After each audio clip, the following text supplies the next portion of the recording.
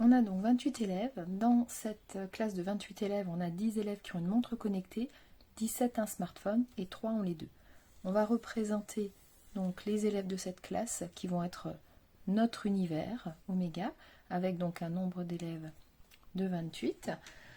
Dans ces élèves-là, donc certains ont un smartphone. Je vais appeler S l'ensemble des élèves qui ont un smartphone et ils sont au nombre de 17. Ensuite, d'autres élèves ont une montre connectée, ils sont au nombre des 10. Et on dit bien qu'il y en a 3 qui ont les deux. Donc quand on dit 10 ont une montre connectée, ça ne veut pas dire ont uniquement une montre connectée. Dans les 10, il y en a 3 qui ont et une montre connectée et un smartphone. Donc cela, on va appeler cet ensemble-là C.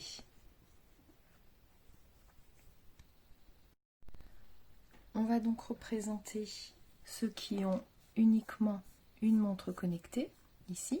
Ils sont donc au nombre de 10, moins les 3 qui ont les deux, qui sont ici. Et donc 10 moins les 3, ce qui va nous faire 7 élèves qui ont une montre connectée sans avoir de smartphone. Et ensuite, les 17 moins 3, c'est-à-dire 14 élèves qui ont un smartphone mais pas de montre connectée. Et nos trois élèves, l'ensemble bleu, c'est ceux qui ont les deux en même temps, et en mathématiques, on va noter ça de manière C inter S.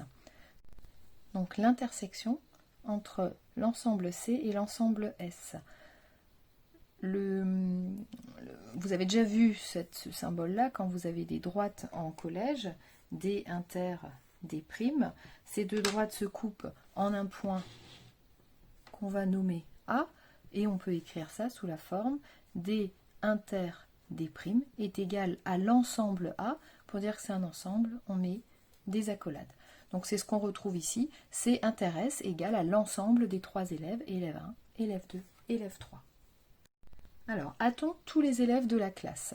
Déjà, on peut regarder une manière intéressante de les comptabiliser, c'est de prendre les élèves qui sont connectés mais qui n'ont pas de smartphone, donc ceux qui sont en noir ici et qui sont au nombre de 7. D'ajouter à ces élèves les élèves qui sont dans l'intersection, donc C inter S, c'est l'ensemble bleu, qui sont au nombre de 3.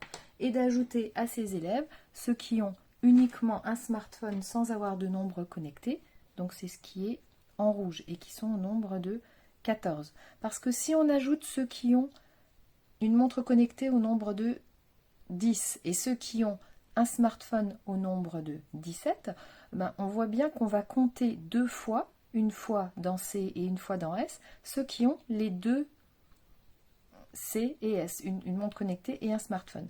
Alors qu'en comptabilisant de cette manière-là, ceux qui ont uniquement une montre connectée, ceux qui ont uniquement un smartphone et ceux qui ont les deux, on va justement ne pas comptabiliser deux fois ceux qui ont une montre connectée et un smartphone. Et cet ensemble-là, c'est ce qu'on appelle en fait la réunion. Donc on a la réunion de C et de S qui compte 7 plus 3 plus 14 élèves.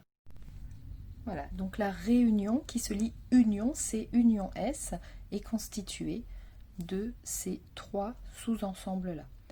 Et alors, si on fait la somme, 7 plus 3, 10 plus 14, 24, on n'a pas tous les élèves de la classe, ce qui signifie qu'on a donc encore 28 moins 24, donc 4 élèves qui n'ont ni smartphone ni montre connectée. Donc ici, l'objectif était de faire comprendre cette réunion, C union S. On va maintenant essayer de trouver une relation entre l'intersection et la réunion. On va voir maintenant ce qui se passe quand on ajoute le nombre d'élèves dans C et le nombre d'élèves dans S. Le nombre d'élèves dans C, sur mon diagramme, c'est représenté en vert. Le nombre d'élèves dans S sont ceux représentés en orange. Le nombre d'élèves dans C, ce sont quoi? Ce sont le nombre d'élèves dans C, mais sans être dans S, donc c'est ceux représentés en noir, plus le nombre d'élèves qui est dans l'intersection C inter S. Le nombre d'élèves dans S, c'est le nombre d'élèves en rouge, donc ceux qui sont uniquement dans S, sans être dans C, plus le nombre d'élèves en bleu. qui fait que quand j'ajoute le nombre d'élèves dans C et le nombre d'élèves dans S, eh ben, je vais obtenir tous ces élèves-là. Et on voit que l'intersection est comptée 2 fois. Mais si on regarde, les élèves en noir, en bleu et en rouge, ça constitue quand même quelque chose qu'on connaît bien, qu'on connaît maintenant, ça constitue notre réunion. Et les élèves ici en bleu, ça constitue l'intersection. On vient donc de se rendre compte que si on ajoute le nombre d'élèves dans C et le nombre d'élèves dans S, on va obtenir le nombre d'élèves dans l'union plus le nombre d'élèves dans l'intersection. Donc quelque chose à retenir, le nombre d'élèves dans C plus le nombre d'élèves dans S égale au nombre d'élèves dans C union S plus au nombre d'élèves dans C inter S. Et ceci, on va le retrouver après en termes de probabilité. On écrira que la probabilité de C plus la probabilité de S est égale à la probabilité de C union S plus la probabilité de C inter S. Ceci va nous permettre, quand on en a 3 sur les 4, de retrouver le quatrième. Si par exemple on cherche la probabilité de C inter S, on dira que c'est P de C plus P de S moins P de C union S. Ou si on cherche P de C union S, on pourra dire que c'est P de C plus P de S moins P de C inter S. Voilà, donc cela permettra de trouver de nouvelles valeurs et c'est ce qu'on va voir maintenant.